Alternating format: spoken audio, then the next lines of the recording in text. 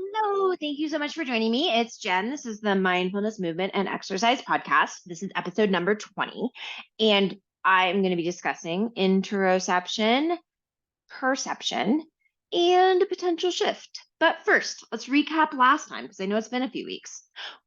I discussed proprioception. We covered some ways that proprioception can be introduced into an exercise and movement setting. We also discussed what proprioception isn't and why not a lot, but some of the training modalities that suggest they're improving proprioception actually aren't.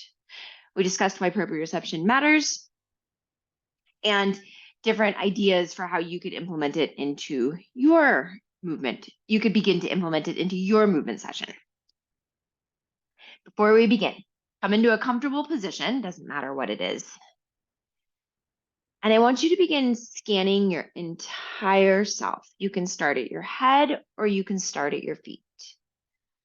Whenever you notice something that's loud, whether it's something that's uncomfortable or painful, or maybe it's just your entire way of being, it feels heavy or tired or whatever, label that and continue scanning.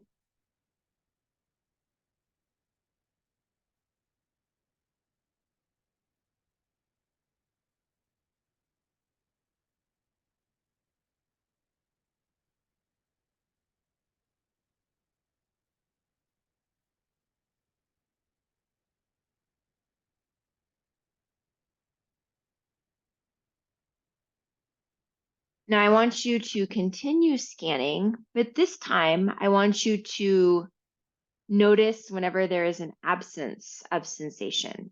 And I want you to label that. That might mean, for instance, there's no sensation underneath my right clavicle. So I could think absence of sensation underneath my right collarbone and then move on to a different spot.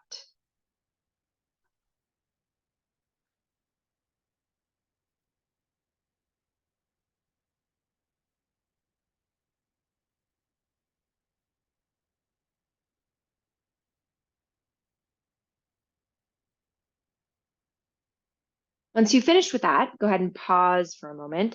And similarly, take a second to scan your entire self. And if you notice that you feel light or relaxed or invigorated or whatever word comes to mind, give that a label. And then return to paying attention to the podcast. Today, I'm going to cover interoception, which I know I've talked about before, but to recap, interoception is the sensing, interpretation, and integration of signals that originate from inside your body. It's a snapshot of your internal landscape at that exact moment in time. So what you just did was observe your internal sense of yourself right now. And I had you contrast that with the absence of sensation, because sometimes we forget how much is going well, right? And we fixate on what doesn't feel quite as good. It's conscious and it's unconscious. So sometimes you don't even realize that you have a certain thing happening, like you're hungry, for instance. Maybe you don't actually feel the pangs of hunger, but your partner who knows you well can tell because there is a shift in your mood. You get a little hangry. And your partner might say, hey, maybe you need a snack or something like that. This happens with my husband and I regularly. I am not the one that gets hangry. It's whether you're sore, hungry, thirsty, sated, antsy, or tired. It's anything internal that you're sensing. How you sense and perceive these internal signals influence a number of things, including your cognition, your emotion, and your perception. And today I'm going to focus primarily on this perception piece because I think it's really important, particularly as we close out 2023 and people start to have new goals for the new year. Often those goals involve some sort of increasing physical activity. And unfortunately, so many times those goals don't come to fruition. People start off really excited with this external goal that they've got. And then by March, the goal has become a mere memory, far away in the distance. Perception influences motivation. So your perception of an activity, whatever the activity is going to influence whether or not you're more likely to do it. I saw someone that I follow on Instagram. She posted a bar hanging exercise recently. And this is an exercise I've actually done. I did it quite a lot for a couple of different systems that I studied. And what you do is you set a timer and you hang from a pull-up bar without your feet touching the ground. This is the exercise. It's about as interesting as it sounds. And it's about as uncomfortable as it sounds if all you're doing is hanging from the bar. This particular individual has incredible grit. She's very good at doing uncomfortable things and gutting through them and feeling stronger for them, which is fantastic. Many people do not possess that. Many people, when faced with the discomfort of hanging from a bar without doing anything, their brain is gonna focus on those internal senses, this interoception, and say, this isn't fun, this isn't comfortable, this hurts a little bit here, or this feels a little shaky here. I don't want to keep doing this. And you get into this feedback loop in your head.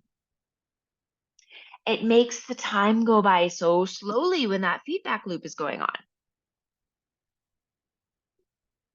Curiously or coincidentally, I still do this exercise, but I do it very differently than I used to. I set a timer and then I get really curious about what I can do with my legs. So I'm not just hanging there.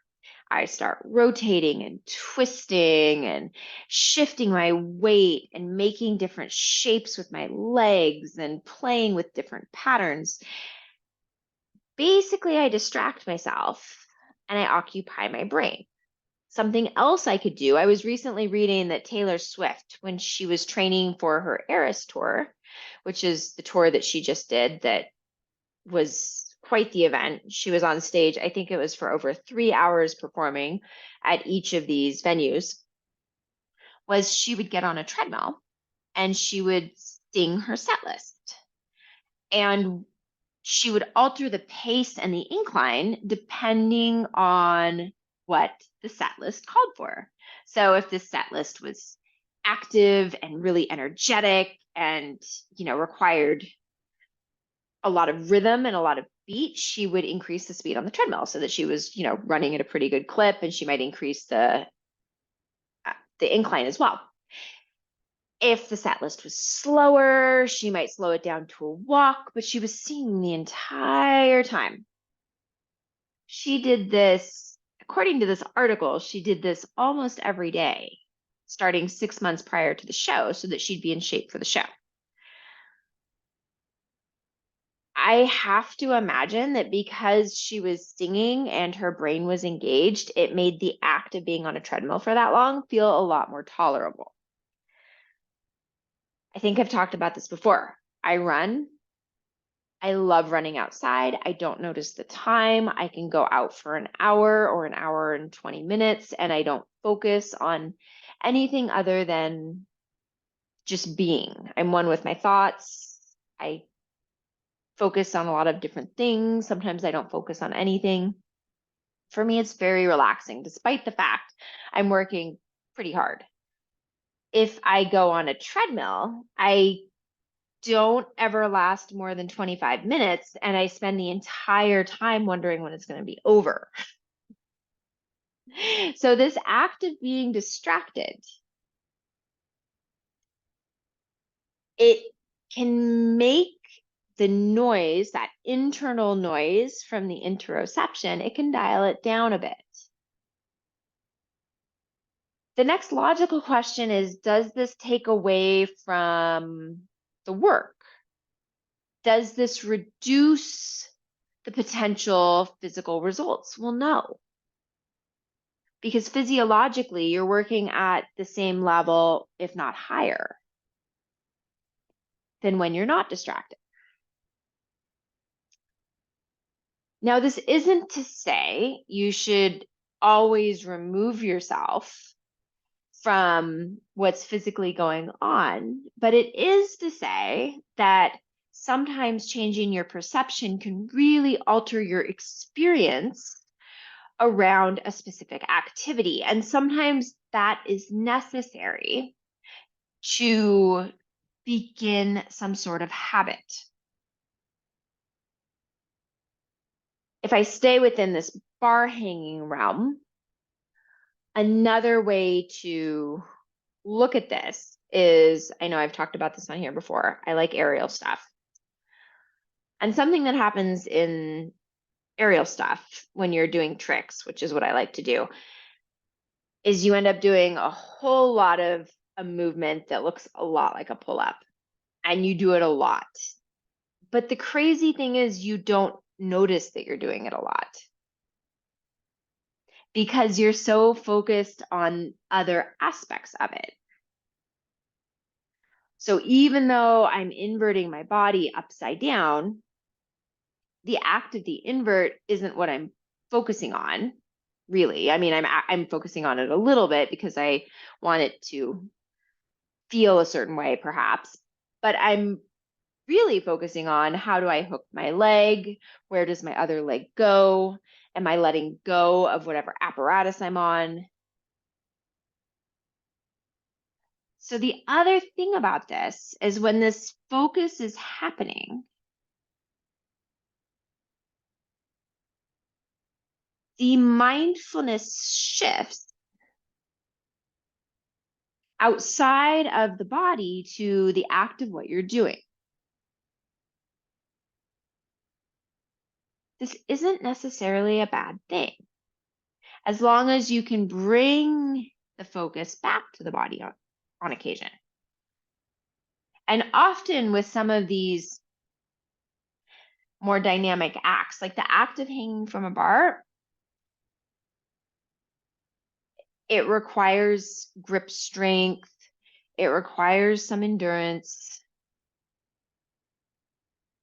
but it's not a skill-based exercise.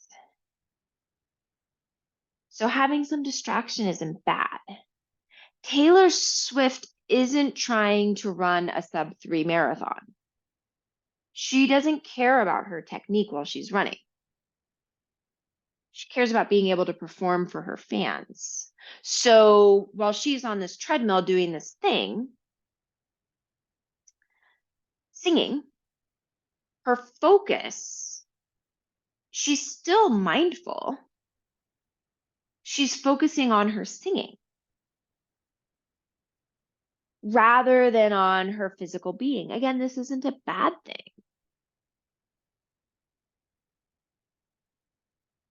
There's a time and a place for both of these things. And if you're somebody who's either working with someone and encouraging them to begin an exercise program, or you're someone that is struggling with beginning an exercise program, maybe shift your perspective.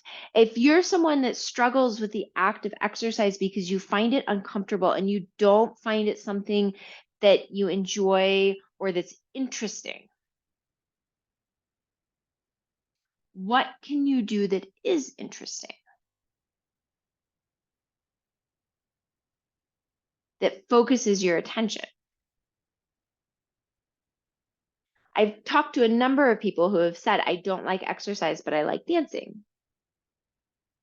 The irony of this is not lost on me because dancing is, of course, a form of exercise. If you wear a heart rate monitor while you dance, you're going to see that your heart rate moves into higher than a resting heart rate, into the aerobic zone for chunks of time, for enough chunks of time that often there's a cardiovascular effect. It's also going to improve balance and improve body awareness and improve proprioception. So it's got all these benefits to it. So I leave you with this. Take a moment, shift your perspective, encourage a different view, perhaps, on movement and see what happens. Thank you so much for joining me. I look forward to catching you next time.